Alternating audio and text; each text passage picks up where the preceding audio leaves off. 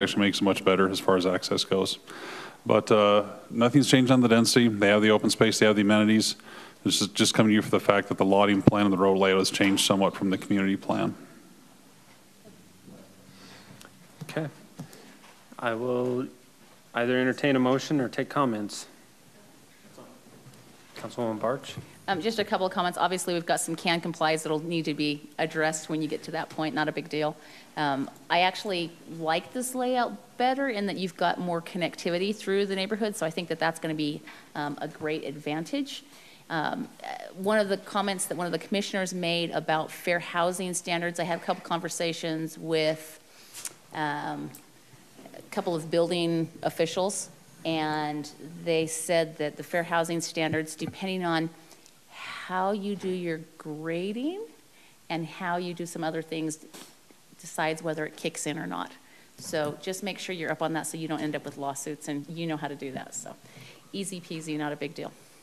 That's it. Okay. And I will entertain a motion. I have a comment. So this is, so in looking at this Quail Hill Plat F, I was concerned about around the pool area. I know the clubhouse is smaller. It is small, that's true. But they still have a pool there. And so, in looking at it, I think, I'm trying to pull it up here again, but it looked like they only had 12 stalls for that area.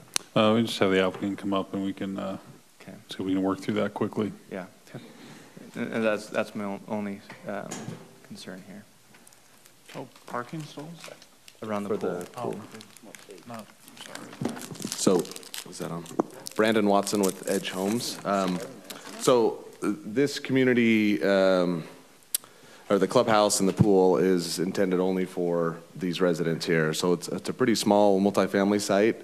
So being able to just on a Saturday afternoon walk over there is kind of the idea behind this. It is a pretty small site, so being able to just walk over to your own pool is How kind many of the total idea units, behind this.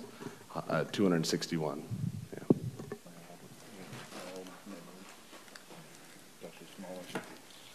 Do you know what the square footage of the pool is?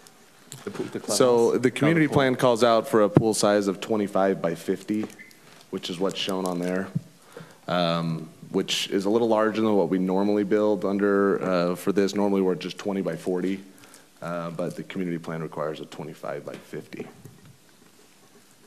Okay. Yeah, so there's 13 stalls split up north and south, or sorry, yeah, north and south of the pool. And just kind of looking at, Legacy Farms, they have an equivalent size of pool, and they have 36 stalls for their area. So I know it's going to be used by the neighborhood, but they also have relatives that come, and that's usually where they entertain. So I just, again, with the parking for that kind of facility, it just seems low to me to support that, a pool. If it's just the clubhouse, that would be fine. That's where I have a concern on that. I don't know if any others share that. I'll just comment from my own experience. I lived in a development back here somewhere. It had 282 units, so it's roughly equivalent size. I think the pool was the smaller size, and we only had 8 parking stalls. It only filled up when people were having parties for baptisms. So In the pool? not in the pool, the clubhouse. after the For one there. festivities, birthday parties and stuff like that. Most people walked. Okay. I would assume that most people in this neighborhood would also walk, just because it's kind of a pain to walk all the way down, get in your car and drive 200 feet and then park it. That's one benefit of actually locating it more centrally to the project as well. Encourage more to walk. So, I mean, for me, honestly, at the end of the day, it's your clubhouse, it's your pool. If you underbuild it and underpark it, it's going to be you guys that have to deal with it. It's not something I think that necessarily the city needs to weigh in on. I can come back and put a second story on. It'll show up. Second story pool, oh, awesome. I'll come see that. So that's just my personal opinion. Thank you. Motion? Yep, I'll entertain a motion. Okay, I'll move that we approve the Quail Hill Plat F preliminary plat Edge Homes applicant at the address stated, including all staff findings and conditions. I have a first from Councilwoman Barch. I will second. I have a second from Councilman Porter. Any further discussion on the motion? Podeska? Aye. McComber? Aye. Porter? Aye. Barch? Aye. Wilden? Aye. Motion passes unanimously. Thank you very much. Mayor and council, this is a conditional use permit request for United Dance Center. This went to the Planning Commission 2 weeks ago for site plan approval, and they have granted site plan approval. Obviously, the final say becomes with conditional use permit. Should a condition be placed on the project, that may change something on the site plan. We'd go back and work with the applicant on that, but right now, the site plan is tentatively approved. We're at 1513 North Exchange Drive. That unique shaped parcel you see there, that is platted that way. Not a whole lot you can do with this property. One location to put a building, that's about it. So lot 11A of the Saratoga Walmart plat. The building itself is 5180 as far as the square footage goes. 21 stalls are provided. Again, due to the narrow nature of the project, there's a one-way road going in, one way in, one way out. Parking off of that as well. It is an education center. That's why you're seeing it now as a conditional use permit.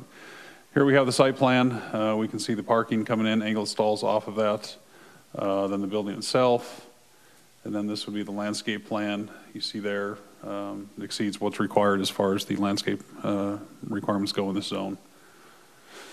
The building elevations, single-story building, primarily glass, stone, stucco, and the peak will be 28 plus feet high. There do have some mechanical screen. Mechanical equipment will be on the ground. We do have screens here for that to block the vision of that.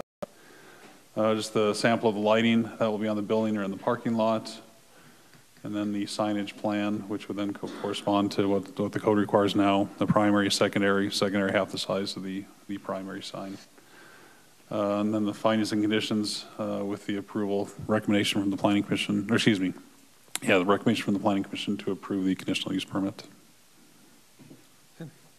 Would the applicant like to say anything? No? Okay. Councilman Podeska. Yeah, I just had just a quick question. So in it's talking about how making an easement for interior lot. Does that need to be designated on the plan, that easement? As far as that? Yeah, it's shown on the site plan. What'll happen is they'll have to record an easement on the property, which will then grant that when that adjacent property does come to develop. And they don't run the risk of losing parking stalls by having a road going to that interior lot? No, okay. no. Okay.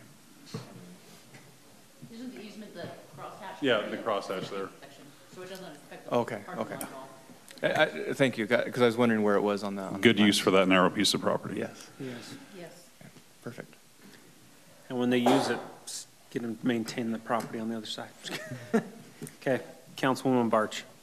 Just a question on the lighting. It looked like those lighting fixtures, the bulbs are sticking down and out of the housing and on the one on the left there. And that's unusual. Usually we have those up and out of the way so that's not so blinding. I recall looking at the specs. If you want to put a condition on that, we'll go back and verify that that has the Right, that it cutoff. fits with our full Yeah. cutoff. Okay, Make that as a condition. fine. That's all I had. That's fine. Okay, Councilman Wilden. I was gonna make a motion, but I can't now. I don't know what that condition was. You can do it. Just put that condition on there. All right, can I make a motion, Mayor? Sure. Or do you got a comment? Yeah. Okay, Councilman Porter. And a motion. Okay. No, I just want to congratulate you guys. My daughter used to dance with your school until she realized she'd inherited her father's dancing ability.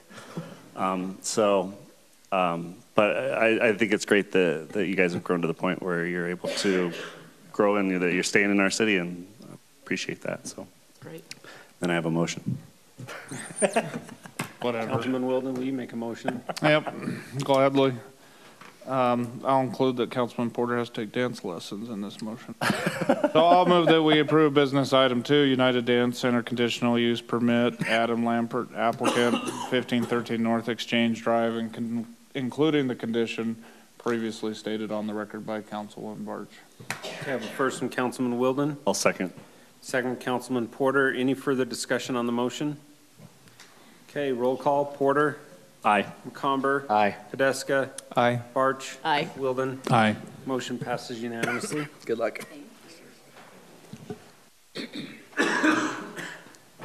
Okay, the Pump House 5 preliminary plat.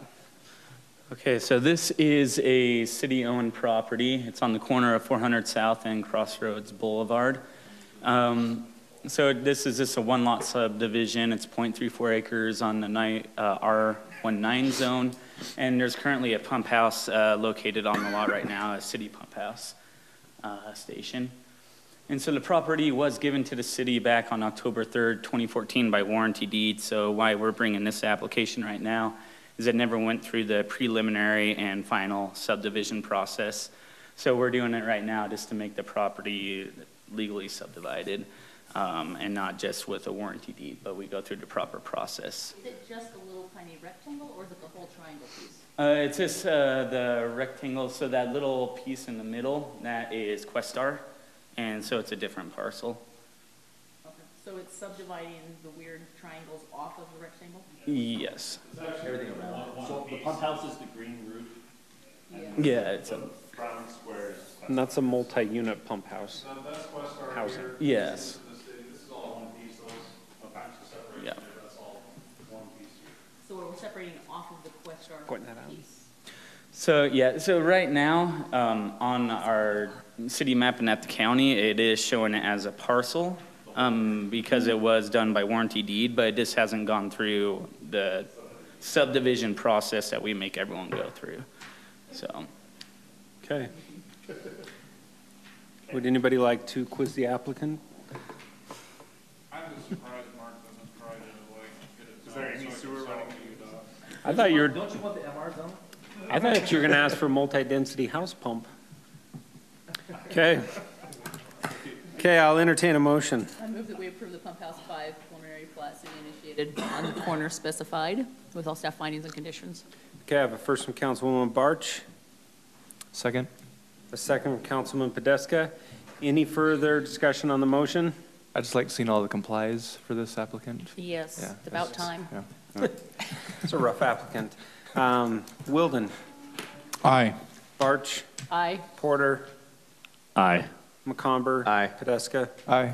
Motion passes unanimously. I voted no, just to.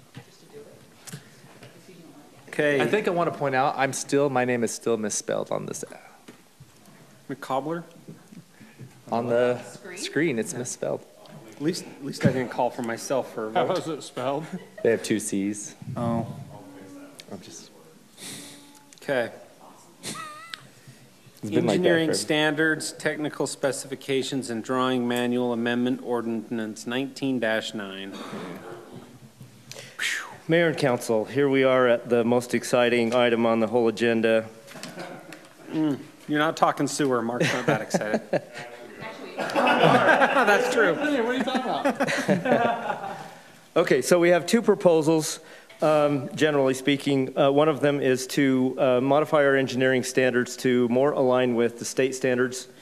And so in terms of depth of bury and minimum slopes. And so that's what you see before you. I would like to make one clarification on the,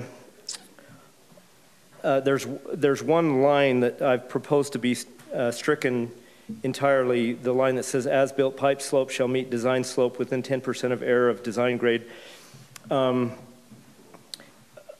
I need to clarify, what I was trying to accomplish there is if we're going to go to minimum slopes on the sewer, we don't want to give any wiggle room beyond that minimum slope.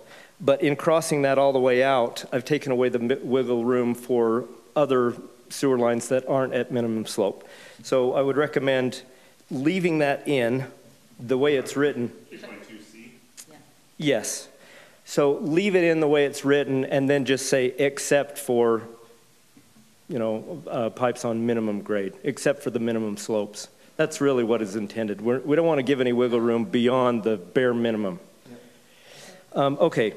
And then the other item is, generally speaking, allowing private development to design private streets according to their own geotechnical engineers' recommendations.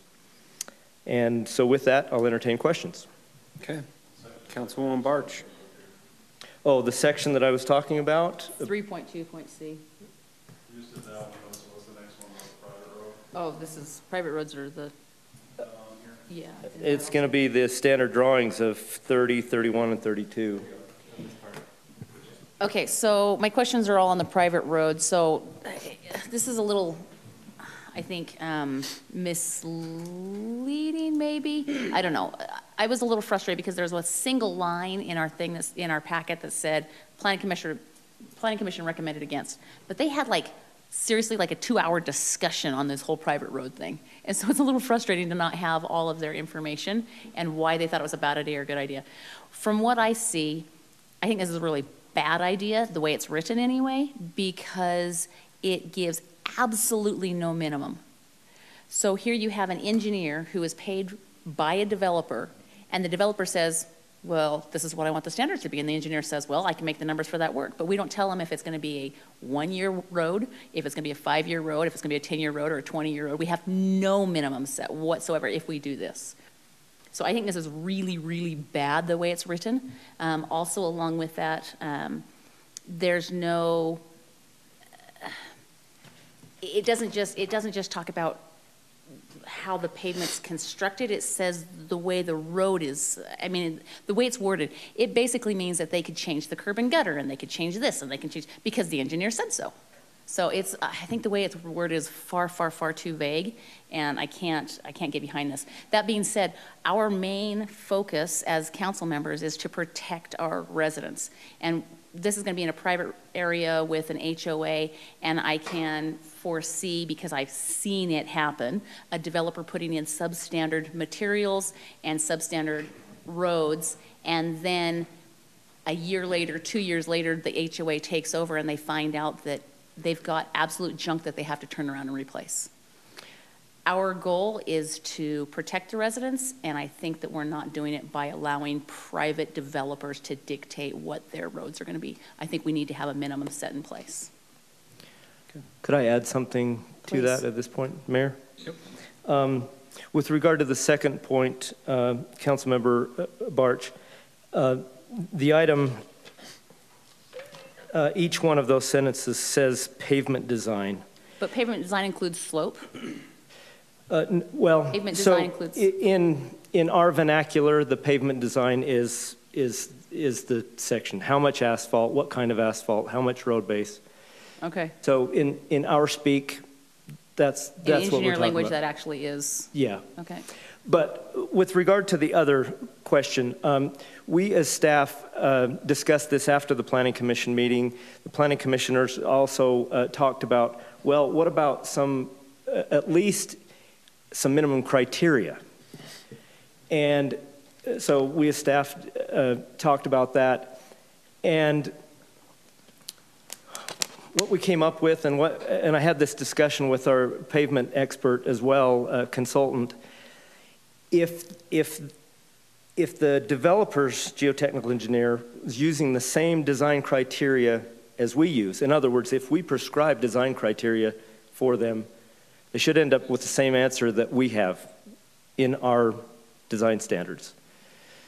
Does that make sense? So you're saying we do have minimum criteria as to how long it's supposed to last, how often it would have to be maintained, all of that. We have those kinds of criteria written down? Our pavement design is based on, yes, based on several criteria. So if we were to pursue a criterion-based code that says, okay, private geotechnical engineer, you're welcome to do your own, but use these criteria, he would end up with the same answer as what we have. Which is where we should be at, really, because we're designing to a minimum standard. We're designing to protect our residents financially, their financial futures as far as, for our public roads, obviously it's on a broader tax base across all of the whole city. In this particular case, it's going to be with this HOA, but nonetheless, we still have some responsibility. Yeah, they're an HOA and they can take care of themselves to some extent, but we still have a responsibility to give them at least a minimum standard. That's why we have building codes. That's why we have sewer slope standards, all of these things. We have a minimum to protect the residents. So for me, I don't see why we would do this. So, Gordon, we had talked during that staff discussion about coming up with like an ESOL requirement or something that would basically ensure that like the weight of a fire truck would be supported and things like that. And so we had discussed that. Did you roll those comments into this proposal? No, I didn't get those back until just recently, so I didn't have time. But the thing that I did learn was all of those design criteria. If they were to use those, they'd end up with the same answer as we have. Yeah. So what I understand is we just need to go with our code. Just need to go with our code. So one of the things that we are trying to address, and this is a comment that we've received several times from developers, is kind of our asphalt mix. You've heard the phrase super pave, and I know Chriselle's watching, so she's smiling. But the question is can they use a different asphalt mix with different polymers or different kind of standards and things like that? And what I think we were trying to do at a staff level was basically not mandate everything, but as long as they come back with something that does the same thing, you can do it with thicker asphalt and less road base or more road base. You can kind of mix and match and come to different things. Rather than us have a specific standard that says this over this over this, we were trying to come to something that was comparable. But that's what I'm asking for. If we have those minimum criteria set, but Gordon's saying is if they do those minimum criteria and meet those, then they're going to have the same thing that we're asking for anyway. But it could be different configurations. It could be different ways of going about it. And so, again, I think the compromise that we're trying to do is we're hearing the development community. We're trying to be more flexible to give them what they want, which is a little bit more flexibility and not do the super pave, but it will still produce a similar quality product. Again, if it's a private road, ultimately, it becomes the responsibility of that organization. So, again, it's just how do we get there? Okay. Councilmember Comber. So I understand that. I think we've gone too far. I think this is from a compromise to basically allowing a private organization to hire their own person to do what I mean, you can make any number work any way you want. So I get that they might want to have different standards of like how the asphalt is polymered and all that, what you're saying, Mark. But I think really what it comes down to is we need to say it has to have these minimum standards because garbage trucks, very heavy, stopping and going constantly every week, twice, up to and the one every other week. Buses, when those turn, those grind the road. Look at any elementary school where the buses are turning in. My third point is, if this HOA goes bankrupt, the city still can still be on the hook to take these roads. And you say no, but what? You're just going to leave them and abandon them to the residents? No. Any city council with any compassion will come in and say, yes, your HOA went bankrupt. We're not going to leave you hanging on those roads. We're going to take those roads in. And we would take them in because you weren't going to basically say, oh, you're never going to get snow removal on those roads. You're never going to get anything on that road. Charge them more. We could do like a what I'd recommend in that scenario is a special fee. service district, which would then be all Right. of the direct costs associated with that. So, But then this is not protecting the residents, because if we had the roads to the standards we expect them to be, then that special improvement district would not be as expensive. Because we could say their road is the same standard as the rest of the city road, so it makes sense. So I'm good. I think we've gone too far. I actually think that if its standard is good enough for us, it should be good enough for them too. Okay, Councilman Wilden. I know. I mean, if we're trying to achieve more flexibility that would meet the same standards in a different way, I'm okay with that. I think, allowing that in the code, say you can, appropriate wording, you can go use different ways to accomplish the same thing as long as it's approved by the city engineer. Or as long That as way, it they don't have to come all the Or way as to long the as city it meets council. our minimum criteria. Yeah. I think part of it is they can propose other alternatives, but they have to come all the way to the council right now. But if they're doing something that's meeting exactly the same thing that we're accomplishing with our standards, I'm fine with the city attorney, not attorney, whoever, Don't let him look at asphalt. city engineer signing off, yes, I'm comfortable that this meets the same things as our city standards. Which is what we're trying to get to, which is if a geotechnical, expert comes in and says, this would meet the same standard and that measurement, whatever it is, whether it's easels or something else, you may get there slightly different, and we were trying to give that flexibility. And so I'm if you're just not- saying allow that flexibility with the city engineer approval. Otherwise, if he doesn't approve it, they have to use the same exact standards or come to the council or So- planning commission or wherever. Yeah, I thought Kevin, are you going to talk about the? Doesn't want to weigh in on it. I was gonna say something, Mark. Okay. So giving the city engineer much discretion is problematic. No, he likes things exact.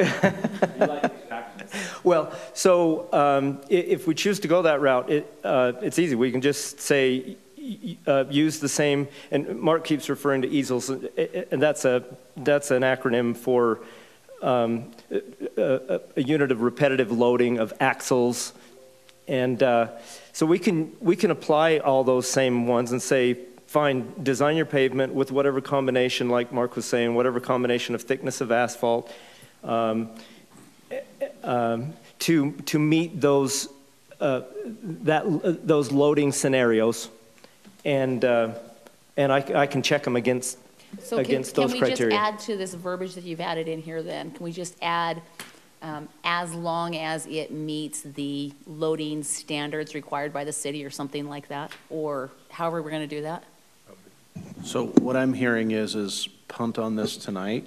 Let us define what that standard is and bring that section back to you at a later date.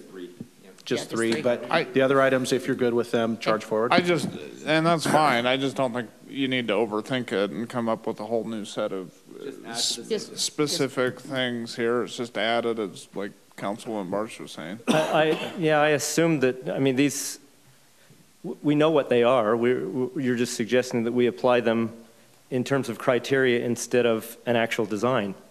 Right. I don't think you need to go through a full day rework to add a sentence. But I mean, we don't know what we're. I understand. I'm just giving you the feedback that I don't think, and I could be wrong, it's going to take substantive effort. I support if you don't want to do it right now. Just saying. Yeah. Okay. Cool. Okay. Yeah, I'll entertain a motion. I'll move that we approve the engineering technical standards specifications and drawings manual amendment ordinance 19-9 dated today minus the private road language, which will be brought back to us when staff has got that ready. Also on 3.2.c, re-add that sentence back in and then add except for the pipe on a minimum slope. Second. I have a first from Councilwoman Barch, second from Councilman Wilden. Any further discussion on the motion? Porter? Aye. Barch? Aye. Comber? Aye. Wilden? Aye. Podeska? Aye. Motion passes unanimously. Thanks, Gordon. I have a Yes, I motion. will entertain a motion. I move that we approve the February 5th, 2019 minutes as amended with any You can changes abstain, that have been boo. posted. I have a first from Councilman Porter, I'll second. second from Councilwoman Barch. Probably gonna leave me hanging Any on further that. discussion? Okay. Porter? Aye. Barch? Aye. McComber? Aye. Wilden? Aye. Podeska? Aye. Motion passes unanimously. Do we have need for closed session tonight, Mark? Okay, I will entertain a motion for So closed moved session. for the reasons outlined. Second. I have a first from Wilden, Aye. a second from Councilwoman Barch. All in favor? Aye. Aye. Motion passes unanimously. Mark's looking confused. Why are you confused? Did you approve the minutes? Yeah. We did? Did. Sorry, I was making a You note. were sleeping. While you I were was making a napping. note, so. I saw that. You saw it. With the horses. That's why he's raging about sewer. Not for that joke. So, on a personal note, my Yeah. son got his mission call.